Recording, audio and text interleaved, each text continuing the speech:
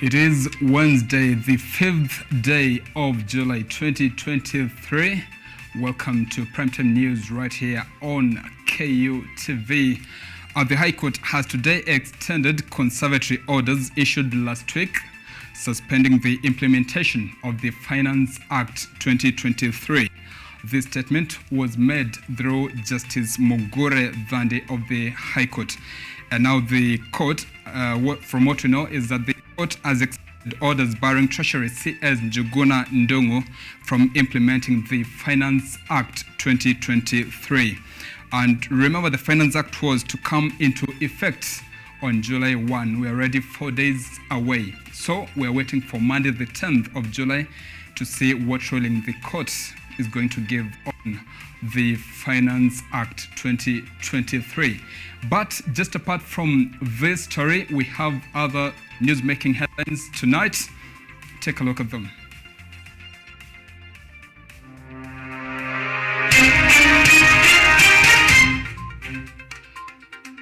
Kenya Power Union leaders stage protests to demand for more action against Kitui East MP Nimrod Mbai.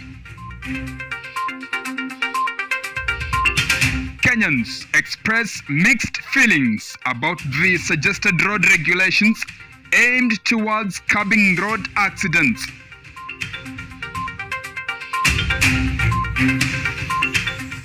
Reopening of Kenya-Somalia border delayed over attacks resurgence, Interior Ministry announces. And 10 million shillings fine or 7 years imprisonment imposed on scrap metal dealers who operate without licenses.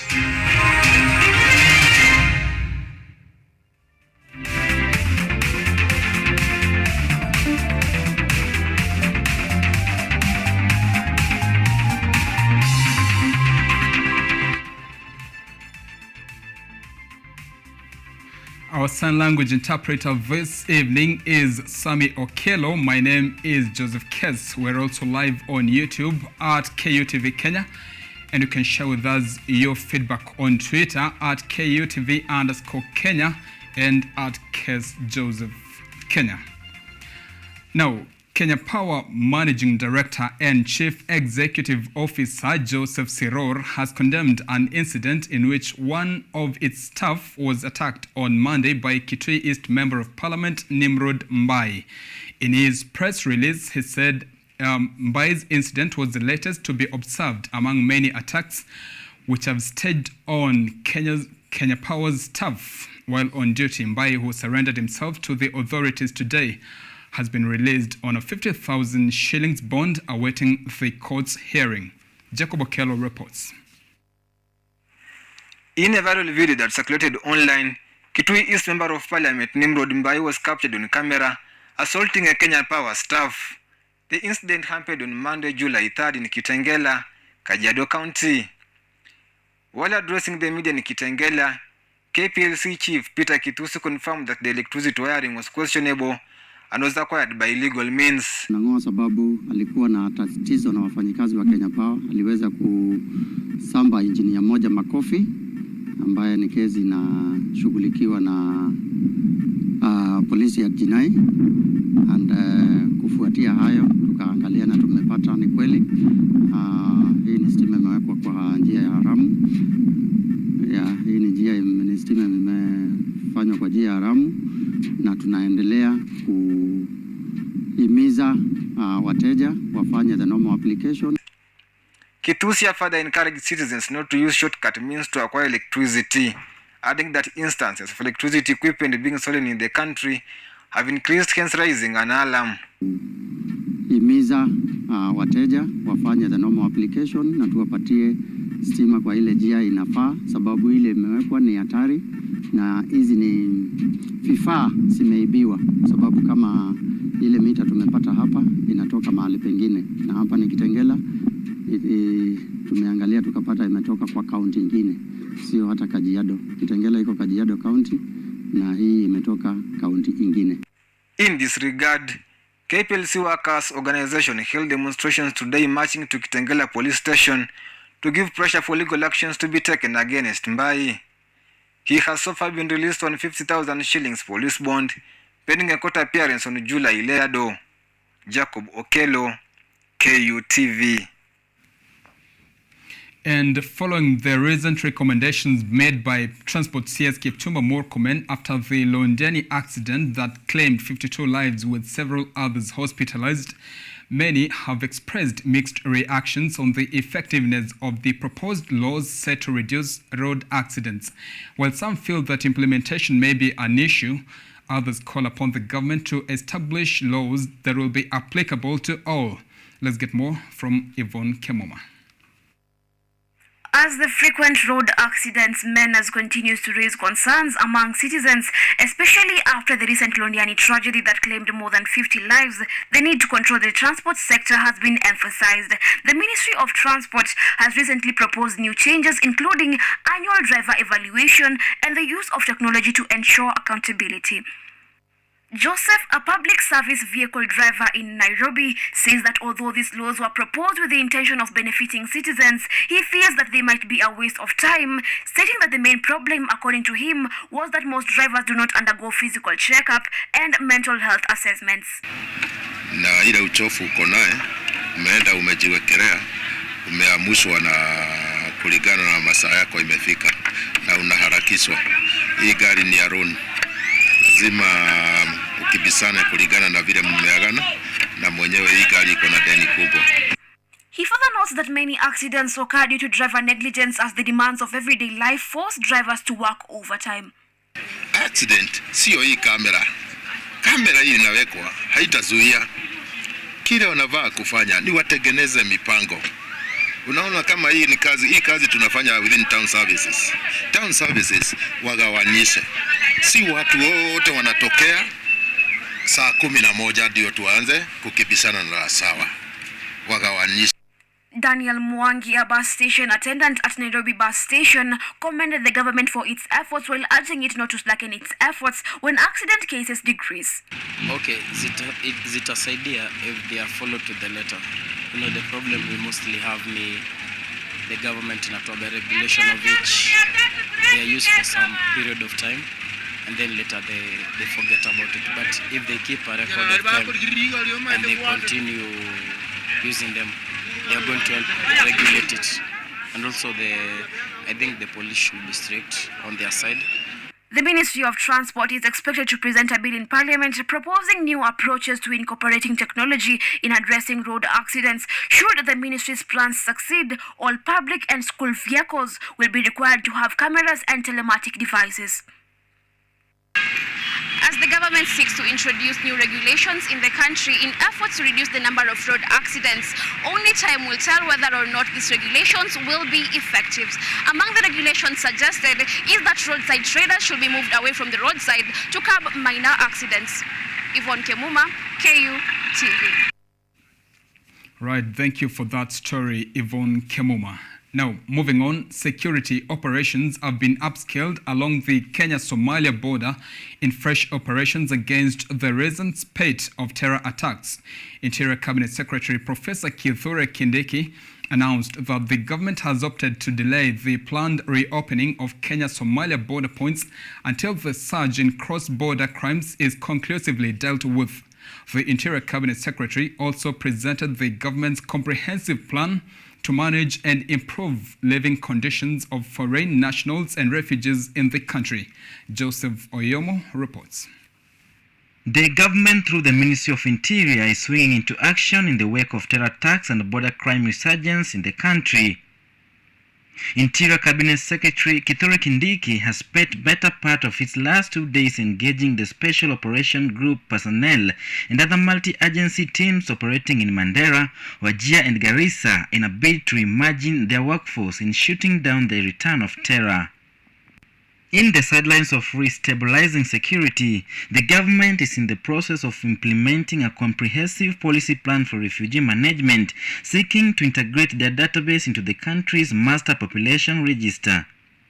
It is going to be the responsibility of the government of Kenya to manage and administer a complete database of all refugees in our country. And more so, it is intended to integrate the refugee database into the master population register of the Republic of Kenya. The government has been forced to delay the planned reopening of Kenya-Somalia border until the security uncertainties are resolved. CS Kindiki had directed the border point to be reopened within 90 days on mid-May this year. The government now plans to deploy high-tech systems to root out terrorists and extremists from the country. To make this mission a success, Kindiki revealed a plan to procure modern equipment, including choppers, drone, mine-resistant ambush-protected vehicles, and armored personal carrier vehicles. So that we can take responsibility on the management of all people lawfully resident in our territory. I am happy to announce on behalf of the government of Kenya that first, the government will not roll back, neither will the government backtrack or withdraw or change its mind from the full implementation of the Refugees Act of 2022. On Sunday, June 25th, 5 people were killed in Lamu County in suspected Al-Shabaab terrorist attack. Joseph Oyomo, KUTV.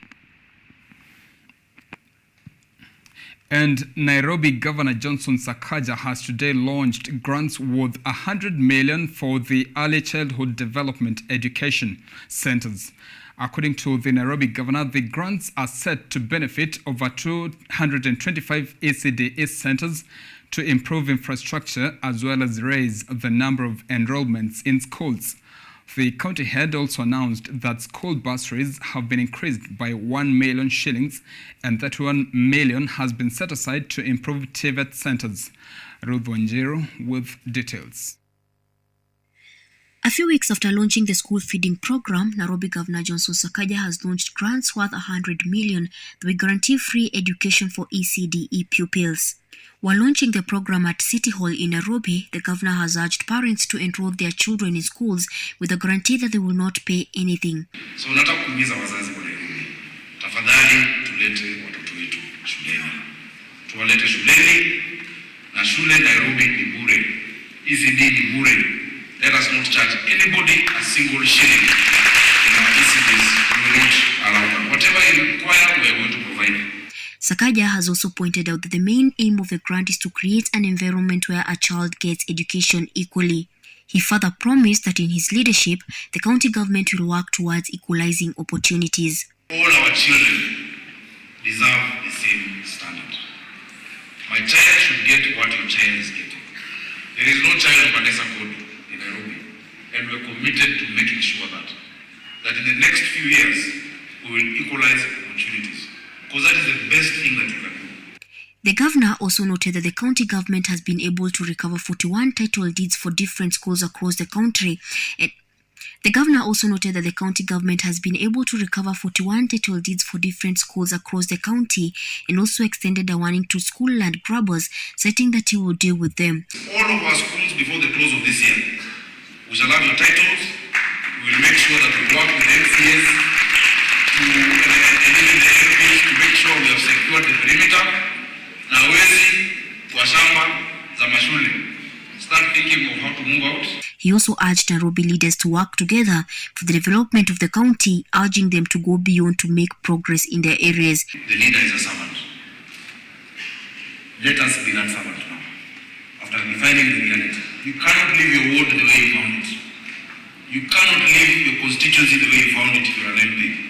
And I will not leave Nairobi how I found it. This is the second education project the Nairobi governor has launched in the county since he took office. Ruth Wanjiru for KU TV. And the fight for Lake Victoria territorial waters continues to consume the lives of Kenyan fishermen. 2 Kenyan fishermen from Budalangi, Busia County have died from gunshots fired by Ugandan police, while a survivor is nursing gunshot wounds. Acting Busia County Commissioner Kipchumba Ruto has confirmed the ordeal which occurred last night. One body is yet to be found. Dennis Omondi with more. Kenyan fishermen who depend on Lake Victoria to earn a living have a lot to worry about, but on top of their many worries is the risk they take every night to get a good night's catch. Just last night, fishermen from Budalangi sustained gunshots from Ugandan police on patrol who laid claim over the waters they were fishing on. Godfrey Odongo heads Marenga Beach. Kafika kwa beach nikiulizia, nikapata kwamba wavuvi kutoka kwa bichi yangu walivamiwa na maaskari kutoka Uganda na waliwapiga masasi, watu wawili wakakufa. Kwa wakati huo tayari kulikuwa na wawili wenye walisurvive, walikuwa wamefika Sumba. Acting Busia County Commissioner Kipchumba Ruto has confirmed the ordeal. Commissioner Ruto explains that the Ugandan officers had moved close to the border where they tried to arrest the Kenyan fishermen who resisted before the deadly shooting. The Ugandan officer who was inside our Kenyan boat jumped into the water. He swam across the waters into Sumba Island, which is within the Kenyan territorial waters. And he reached that place this morning. He was arrested by the members of the public, and he has been brought to Port Victoria. Ni kama kulikuwa na kuvurutana pale, ndio sababu ilifika wakati wakaanza kuchatua marisasi na wakaua watu wetu wawili. Tulipata mtu mmoja na mmoja mpaka wa saa hii hatujua kwa wapi. Of Kenyan fishermen suffering at the hands of Ugandan police does not make good fodder for news. It is very recurrent. Is it already time for some wisdom to prevail to end the suffering of Lake Victoria's fishermen? Na si mara ya kwanza. Kuna watu wengine ambao pia wavuvi wa Kenya walikuja wakakufa kule sehemu ya Sioport. Watu wetu wanakufa sana. Na tunaomba president wetu ambaye ni William Ruto, tunakuomba. Juu tunaona maybe mahali penye imefikia itabidi wewe ukae na president wa Uganda Yoweri Museveni mtengeneze. Lake Victoria is a resource East Africa is proud of. Its sheer size was meant to be of much benefit to Kenya, Uganda and Tanzania, both who border its waters. The opposite has however been true, with fishermen enduring arbitrary arrests and in worse cases, death, as neighbor countries fight for what the water holds. Dennis Omondi reporting for KUTV. All right, that story from Lake Victoria takes us on our first break of the night. We'll be back shortly with more. Stay with us.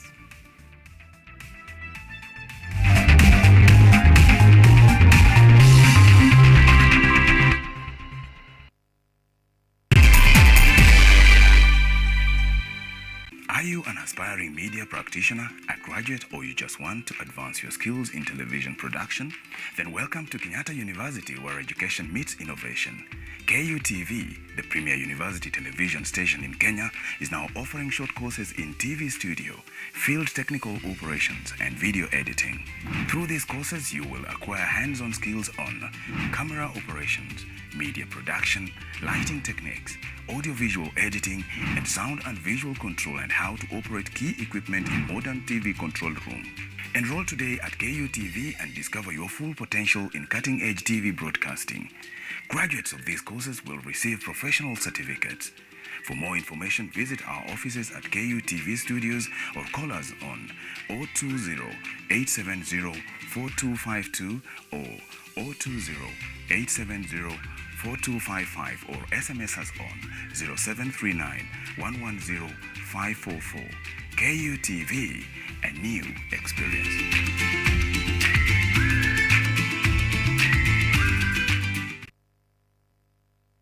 For Focus on Health is a show that creates awareness on matters health and informs you on various diseases, their causes, treatment, prevention, coping, and support. So join me, Bari Michelle, every Thursday at 7:30 p.m. only on KUTV. You can also follow us on our social media platforms at KUTV Focus on Health on Facebook and also on YouTube, and Health Focus on Instagram, because your health is your wealth. Stay safe and stay healthy.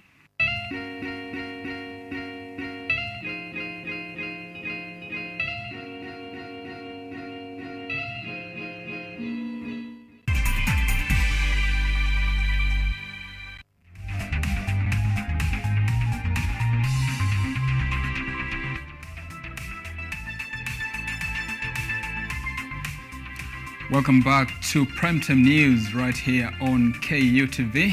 Let's continue with the broadcast. Now, a family in Kehancha, Kuria West Sub-County, Migori County, is mourning the death of two of their relatives who are reported to have succumbed to water poisoning. The problem is reported to have begun after the family consumed omena they bought from a vendor and later drank poisoned water. The medical report, however, revealed that the water they drank is a possible cause of the illness. Take a look. A mother and a child are reported to have died while receiving treatment at Kehancha Mother and Child Hospital after they allegedly consumed poisoned water. Hassan Ibrahim says that he was admitted to Kehancha Sub-County Hospital alongside two of his relatives, while the mother and child who died were admitted to Kehancha Mother and Child Hospital. The entire family started complaining of stomach pains that was followed by a series of vomiting and diarrhea. Bahati mbaya kijana amepata nafuu moja, kijana mmoja ameshafariki na mama yake amefariki. Mama ndio huyo mmemwona hapo venye alivyo. Naona hali yake venye ilivyo. Saa hii nimetoka kukimbia kutoka hapa. Ina wagonjwa wawili hospitalini. Ambao ni mama na mtoto wake tena. Hatujui kama Mungu atasaidia ama hatasaidia. Sisi nimemuona. Mungu ndiye anaelewa. Milka Wansatu, who is the mother and grandmother to the deceased, is coping with two stressful conditions: losing her daughter and grandchild, while at the same time recuperating from the infection that has since weakened her body. Wakanipima haraka, wakaelewa kwamba mimi ni sumu nimekunywa. Wakaambia kwamba wasaidie wale watibiwe. Wakakupiga simu, wakakuta mtoto wangu huyu Sofia ameshindikana. Kijana mchukuu wangu mara nikasikia amekufa. Nikachanganyikiwa hospitali, nikachanganyikiwa nikakosa akili. Nilikuwa natapika ninahara mpaka nguvu ikaisha. Kehancha Mother and Child Hospital nurse Adams Ocheng says that the sickness signs pointed to water contamination, but acknowledged that further tests were being conducted to ascertain the cause of the illness. They reported to have consumed omena, but later we realized, because when you consume omena, the symptoms should begin at the same time. Yes, so then later when we probed further, we realized that maybe it is true. The water is the one which is contaminated, because it has affected many people from the same family. Others were even admitted at Migori, others at Kehancha Sub-District Hospital. Yes. The affected family has already reported the matter to Kehancha Police Station, awaiting investigations to be completed. The bodies of the deceased are being preserved at the Kehancha Sub-County Hospital, awaiting post-mortem to establish the cause of the death. Joseph Kiss, KUTV. Apologies to the family for the loss of the loved ones. Now, moving on, residents in the northeastern region have been assured of their security against Al-Shabaab terrorists. Speaking after meeting the Regional Security and Intelligence Committee today, Northeastern Regional Commissioner John Otieno noted that the government has put up the necessary measures to deal with the terrorists. Jacqueline Nasiran reports.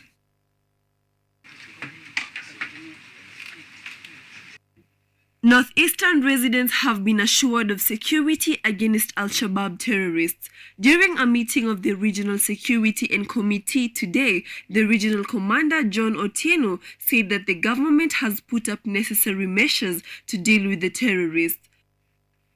Otieno further said that the security officials in the region had brought on board all political and religious leaders, peace committees and elders in order to have a unified front against Al-Shabaab from across the border. As responsible media, responsible citizens, those who are nation media. Eric Stella, KNA. Eric Namujua. You see, we don't call for so many press briefings because Al-Shabaab alafu wakapiga hii sasa wale wamekufa ni 50, then unashindwa the propaganda from our end to beat them. But when we allow them to create propaganda to defeat us, I'm talking to you, I give you those details. You give them the morale, they celebrate. So we... Otieno also put to notice all Al-Shabaab sympathizers, saying that in a short time, the law will catch up with them. He said that they have partnered with communication service providers and will arrest anyone who will contact the terrorists on phone. On non-local teachers' security in the region, Otieno said that they will secure all learning institutions and teachers to make sure that learning is not interrupted in any way. Tuko na habari ya kwamba baadhi ya wale ya sababu ambao wanaoperate kwa wakati huu ni wa kutoka region hii. Wako katika mstari wa mbele kusaidia wale ambao wanatoka katika nchi jirani. Na tunawaweka kwa notice ya kwamba tutawashaka, tutawapata na tutawashughulikia kisheria.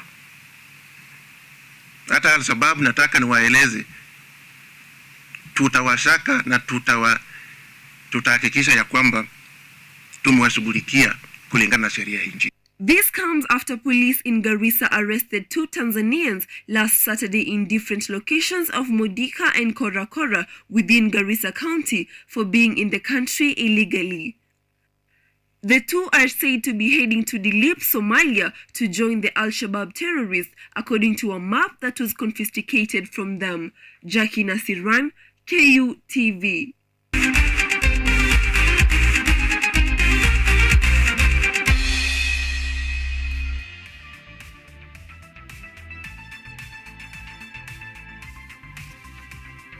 Right, let's take a look at what we have on sports news, where Mason Mount has parted ways with Chelsea after spending 18 years with the West London outfit.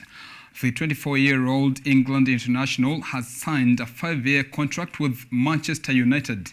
Mount has played an instrumental role in Chelsea's Champions League triumph in 2021 when they beat Manchester City 1-0 to hand Chelsea their second Champions League crown before struggling for form and fitness in a disappointing 2022-2023 campaign, netting just 3 times in 35 matches in all competitions.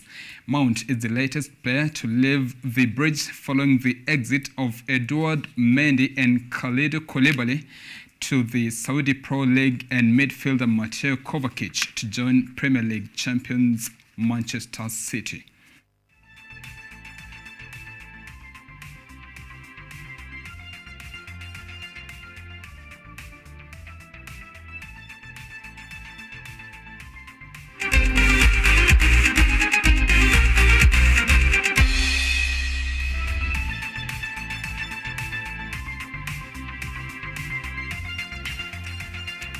CPT.Manu on Twitter says tuned into KUTV, kudos for the coverage. I can also see a lot of comments really streaming in on YouTube. Thank you so much for the credit you continue giving KUTV for the coverage of news. All right, that brings us to the end of our bulletin tonight. Thank you so much for being a part of it. Our sign language interpreter has been Sammy Okello. My name is Joseph KEES. Until we meet again next time, enjoy the rest of your week.